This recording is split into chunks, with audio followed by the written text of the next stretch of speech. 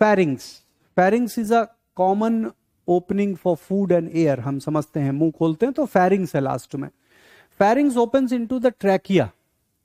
Pharynx oesophagus में भी open होता है और ट्रैकिया में भी ओपन होता है। ट्रैकिया यानी कि विंड पाइप, कॉमन ओपनिंग है तो फूड और एयर दोनों ही जाता है, फूड वाटर एयर सारा कुछ जा रहा है फेरिंग से।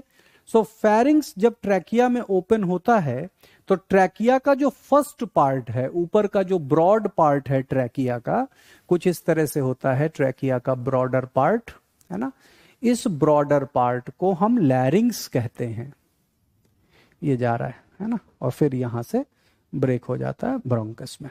ठीक है, यहां पर आप देखेंगे इर्रेगुलर, इनकम्प्लीट, सी शेपेड कार्टिलेजिनस रिंग्स भी प्रेजेंट हैं, जो आगे की तरफ तो टच हो जाएंगी, राउंड है, लेकिन पीछे की तरफ कंप्लीट नहीं है। ठीक है, तो ये समवट लाइक दिस, ऐसा स्ट्रक्चर आपने अपने एनसीईआरटी में भी देखा होगा। ठीक है, तो इसकी जो ओपनिंग है ये ट्रैकिया है, विंड पाइप, इसका जो अग्रभाग है वो लैरिंग्स कहलाता है। अब प्रश्न है कि फेरिंग्स जब यहां ओपन होता है लैरिंग्स में तो उस एरिया को क्या कहते हैं, यानी कि ओपनिंग ऑफ द ट्रैकिया और the larynx is known as what? Gullet, glottis, epiglottis या नन? देखें और बताएं, मैंने कई दफे इस बात का जिक्र भी किया हुआ है अपने लेक्चर्स में।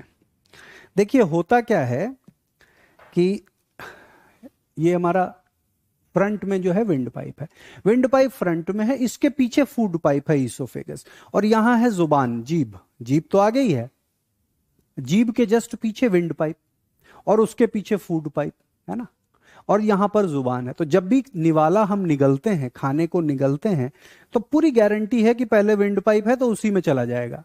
यहां इस बात को रोकने के लिए एक कार्टिलेजिनस फ्लैप लाइक स्ट्रक्चर है, तो जैसे ही खाने को हम निगलते हैं ये cartilaginous flap like structure wind pipe को बंद कर देता है और खाना इसके ऊपर से ईसोफेगस में चला जाता है। इस फ्लैप लाइक स्ट्रक्चर को एपिग्लॉटिस कहते हैं, और ये एपिग्लॉटिस ग्लॉटिस को बंद करता है, यानी कि ओपनिंग ऑफ द ट्रैकिया और the larynx is known as glottis.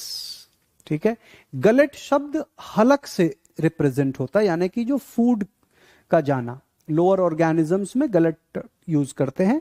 हम वैसे भी कह सकते हैं गलेट यानी कि हलक, जहां खाना जाता है, हवा की नली नहीं, तो glottis is the right answer. Next question पर चलते हैं। What percentage of CO2 is transported by RBC? RBC में, है ना, जिसको कार्ब अमीनो हीमोग्लोबिन कहते हैं, वो कितना परसेंटेज होता है ट्रांसपोर्ट? ऑक्सीजन सिंपल है, ऑक्सीजन के बारे में आप जानते हैं, मैक्सिमम आरबीसी में ही ट्रांसपोर्ट होता है, आरबीसी के थ्रू, लेकिन कार्बन डाइऑक्साइड का ट्रांसपोर्ट थोड़ा सा भिन्न है। तो इसको देखें और बताएं।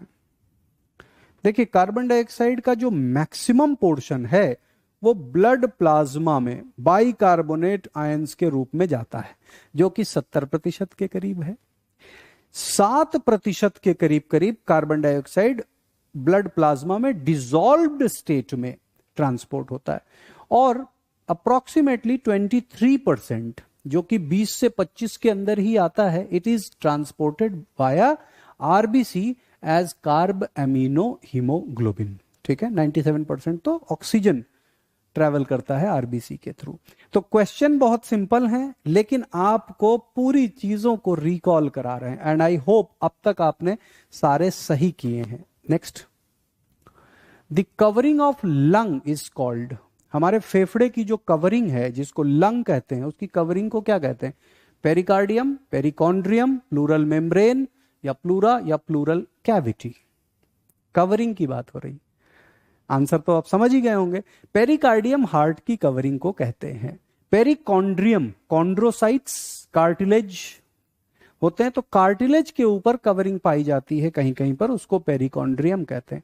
जबकि लंग की कवरिंग को प्लूरा कहते हैं या प्लूरल मेम्ब्रेन कहते हैं। लंग खुद प्लूरल कैविटी में है और उसके ऊपर जो मेम्ब्रेन उसको कवर करके रख रहा है, दैट इज प्लूरल मेम्ब्रेन और प्लूरा। सिंपल है, ठीक है, लेकिन इंपॉर्टेंट है।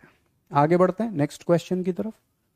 Which of the following parts of heart first receives deoxygenated blood. Deoxygenated blood तो समझते हैं, जिसमें ऑक्सीजन नहीं हो, वो डीऑक्सीजनेटेड ब्लड है। तो हार्ट का कौन सा पार्ट सबसे पहले डीऑक्सीजनेटेड ब्लड को रिसीव करता है? देखिए, हार्ट को अगर आप देखें तो ये एक रफ सा डायग्राम मैं आपके लिए बना देता हूं, जिससे आपको एक थोड़ा सा आइडिया लग जाएगा, है ना। ये देख लीजिए। So you get an idea, heart को लेकर के एक आइडिया हो गई आपको। एंड फिर इसमें और भी हैं ट्यूब्स, ये रही इसकी branch. And then we have aorta. Aorta तो पूरा आर्च कर जाता है ना। This is just a rough diagram, more और लेस आपको दिखाने के लिए ये डायग्राम मैंने बना दिया, ठीक है ना।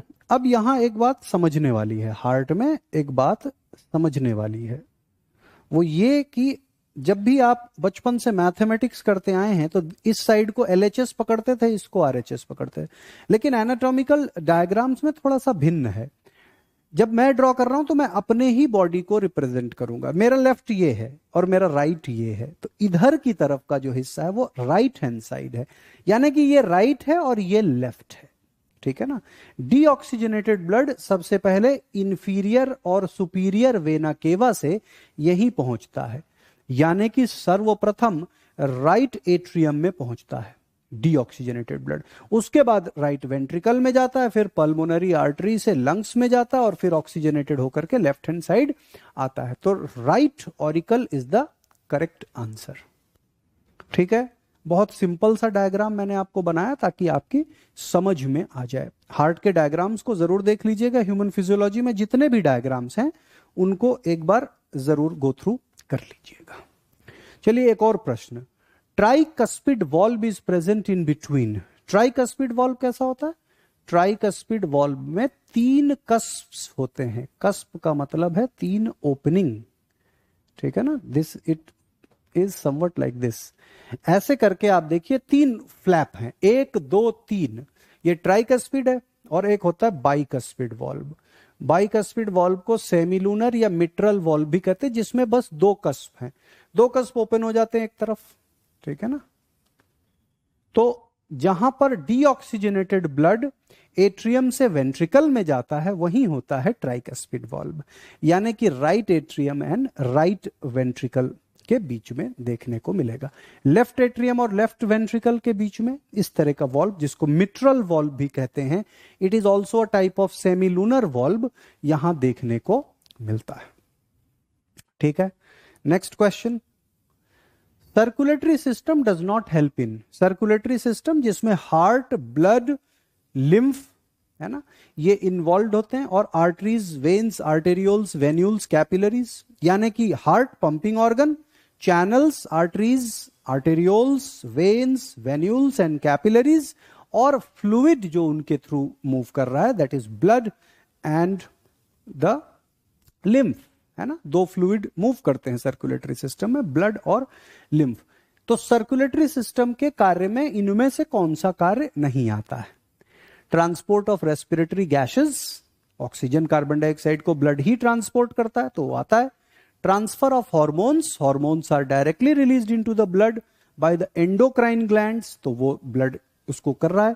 Transport of food material, absorption कहां होता है? डाइजेशन के बाद जो एब्जॉर्प्शन होता है ब्लड स्ट्रीम में होता है या लिम्फेटिक चैनल में होता है, लैक्टियल्स में, फैट का डाइजेशन, है ना, एब्जॉर्प्शन जो होता है। ट्रांसफर ऑफ इंपल्सेस, ये कौन करता है? इंपल्सेस को ट्रांसफर करने का काम नर्वस सिस्टम का है। This is the work of nervous system, ठीक है। सो सर्कुलेटरी सिस्टम ये कार्य नहीं करता, ठीक है। अच्छा, क्वेश्चन में एक और चीज देखिएगा कि किसमें पूछा जा रहा है करता है या नहीं करता। यहां कई बार बच्चे मिस्टेक कर जाते हैं। Circulatory system does not help पूछा गया है, ठीक है, किस कार्य में हेल्प नहीं करता। चलिए अगला प्रश्न आ जाता है, loop of Henley is found in. Loop of Henley कहां पाया जाता है? हेनलीज लूप या लूप ऑफ हेनली, इनमें से कौन सी जगहों में, कौन से ऑर्गन में पाया जाता है लूप ऑफ हेनली? लंग में पाया जाता है, लिवर में पाया जाता है, न्यूट्रॉन में पाया जाता है। बॉडी में न्यूट्रॉन भी होता है क्या? या नेफ्रॉन में पाया जाता है।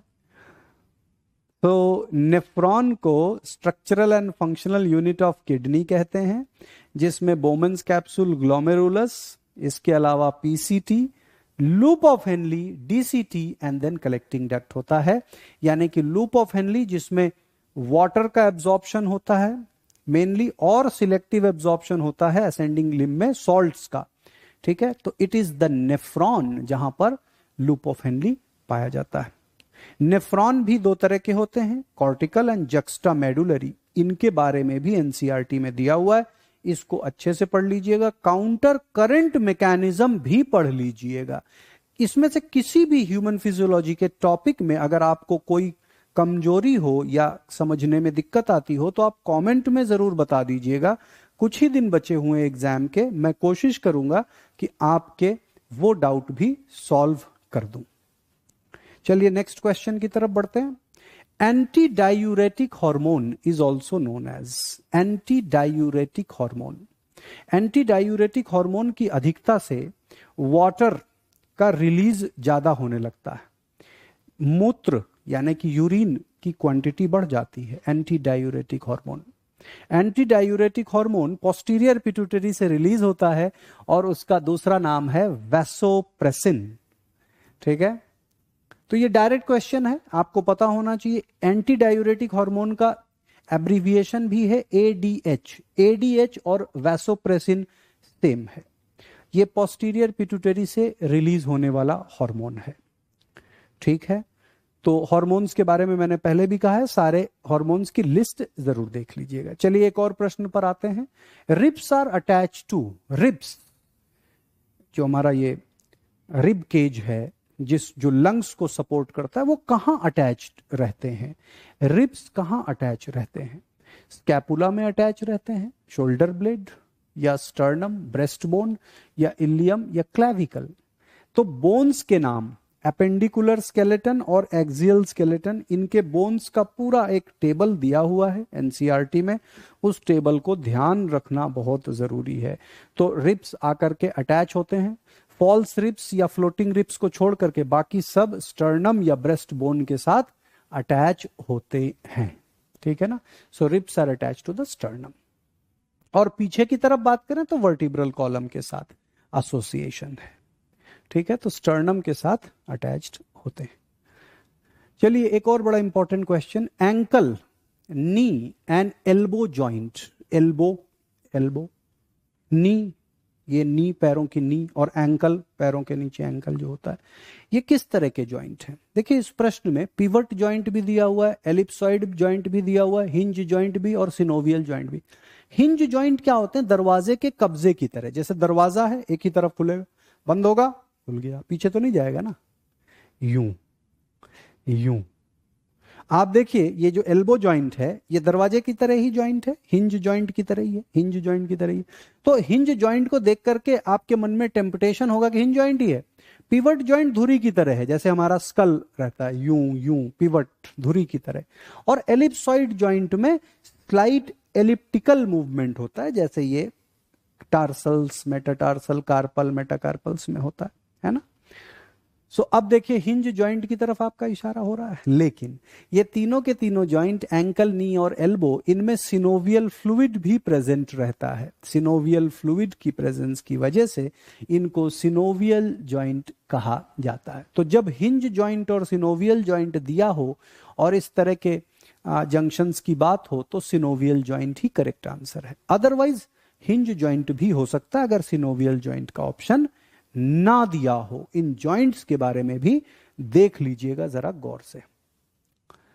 चलिए एक और प्रश्न। Wax gland present in the ear canal, हमारे कान में जो गंदगी बन जाती है वो एक्चुअली वैक्स ग्लैंड की वजह से होती है ना। तो वैक्स ग्लैंड को किस नाम से जाना जाता है? स्वेट ग्लैंड है, प्रोस्टेट ग्लैंड है, काउपर्स ग्लैंड है, या फिर सिबेशियस ग्लैंड और ceruminous gland? Correct, ceruminous gland which is a modification of sebaceous gland. Sebum एक ऑयली सब्सटेंस हमारी स्किन में भी रिलीज होता है, तो ये इसी का मॉडिफिकेशन है और सेरुमिनस ग्लैंड के नाम से जाना जाता है। It's a modification of sebaceous gland. Important question.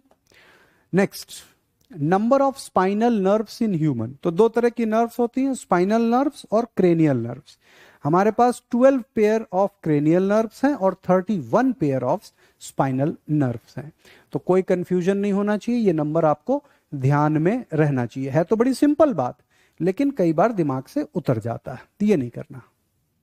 अब प्रश्न आता है हार्मोन से। हार्मोन्स के बारे में कही गई बात, stay in blood stream permanently. एक बार हार्मोन ब्लड में रिलीज हो गया तो परमानेंटली रहेगा, या फिर are deposited in liver, deposit हो जाते हैं लिवर में, या फिर are destroyed in liver after specific function is performed, या act in absence of enzyme. जब एंजाइम नहीं है तो हार्मोन अपना काम शुरू कर देता है। इनमें से कौन सी बात करेक्ट है, देखें और बताएं फटाफट। हार्मोन्स बहुत कम मात्रा में रिलीज होते हैं, डायरेक्टली ब्लड स्ट्रीम में रिलीज होते हैं और स्पेसिफिक टारगेट एरिया में यूज हो जाते हैं। लेकिन जो हार्मोन बच जाते हैं वो लिवर में डिस्ट्रॉय हो जाते हैं। So they are destroyed in liver after specific function is performed. उनका अपना कार्य कंप्लीट तो फिर वो डिस्ट्रॉय हो जाते हैं लिवर में। समझ गए? तो ये आपको पता होना चाहिए। और अब आते हैं 17वें प्रश्न या आखिरी प्रश्न पर। Sweat gland is an example of. Sweat gland, पसीने की ग्रंथि, किस तरह का ग्लैंड है? Endocrine gland, exocrine gland, ectocrine gland या हाइपोक्राइन ग्लैंड। एक्टोक्राइन और हाइपोक्राइन ग्लैंड बोलकर विशेष कुछ नहीं होता। एपोक्राइन, होलोक्राइन, मेरोक्राइन ग्लैंड्स होते हैं। ठीक है, तो स्वेट ग्लैंड को कौन सी ग्लैंड की श्रेणी में रखा जाए अगर सिंपल भाषा में? एंडोक्राइन ग्लैंड हार्मोन सिक्रीट करते हैं, एक्सोक्राइन ग्लैंड अपने सिक्रीशन को डक्ट के थ्रू रिलीज करते हैं। तो स्वेट ग्लैंड में भी डक्ट होता है और उसी ग्रंथि से, उसी डक्ट से निकलता है। तो it's an exocrine gland. I hope all of you were able to do all these questions. और अगर आपने ये सारे प्रश्न करेक्ट किए हैं तो मैं ये आशा कर सकता हूं कि ह्यूमन फिजियोलॉजी की पढ़ाई आपकी अच्छी हो गई है। अब दूसरे यूनिट पर फोकस करिए, और जिन्होंने सारे करेक्ट नहीं किए वो थोड़ा सा अपने फोकस को जिस तरह से बताया उस तरह से कर दें। लास्ट मोमेंट में भी तैयारी होती है अगर आप पहले से पढ़ते आ रहे हैं। घबराना नहीं है, पैनिक नहीं करना है, अपनी कोशिश को करते रहना है, सफलता जरूर मिलेगी। All the best.